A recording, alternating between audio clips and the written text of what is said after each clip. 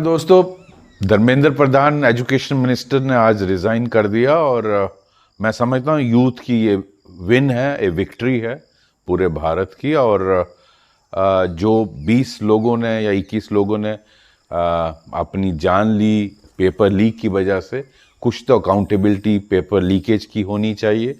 Secretary concern को transfer किया। I think accountability must be fixed and moral responsibility minister साहब को लेनी चाहिए थी, ठीक किया।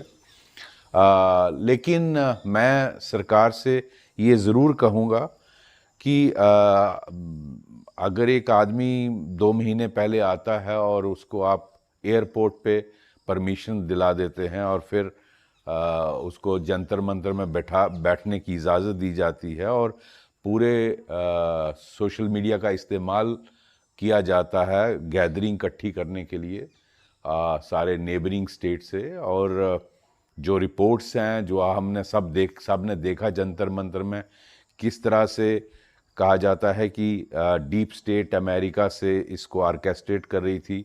जिस तरह का रिजम चेंज उन्होंने श्रीलंका,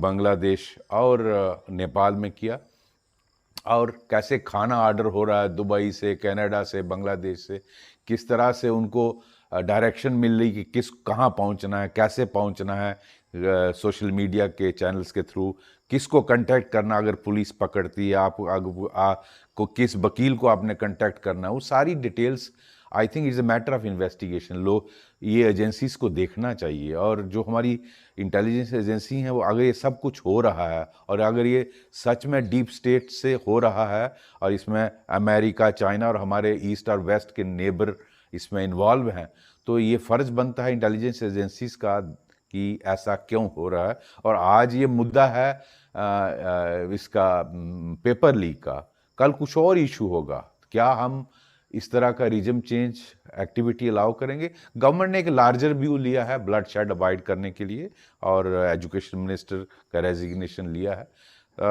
एक गुड, अगर हम समझते हैं सरकार को ईगो नहीं रखना चाहिए और in the larger interest of the country violence avoid करने के लिए, ब्लड शेड अवॉइड करने के लिए एक मिनिस्टर का रेजिग्नेशन कोई इतना अहम नहीं है। लेकिन हम वायलेंस अलाउ नहीं कर सकते।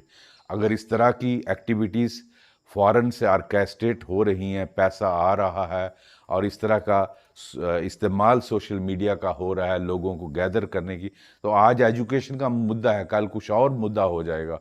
तो हम देश को बचाने के लिए हम सबका फ़र्ज़ बनता है और इस तरह की गतिविधियां हम अलाउ नहीं कर सकते। मुझे लगता है सरकार को उन लोगों के खिलाफ सख्त कार्रवाई करनी चाहिए जो वायलेंस कर रहे हैं, जो राइटिंग कर रहे हैं, जो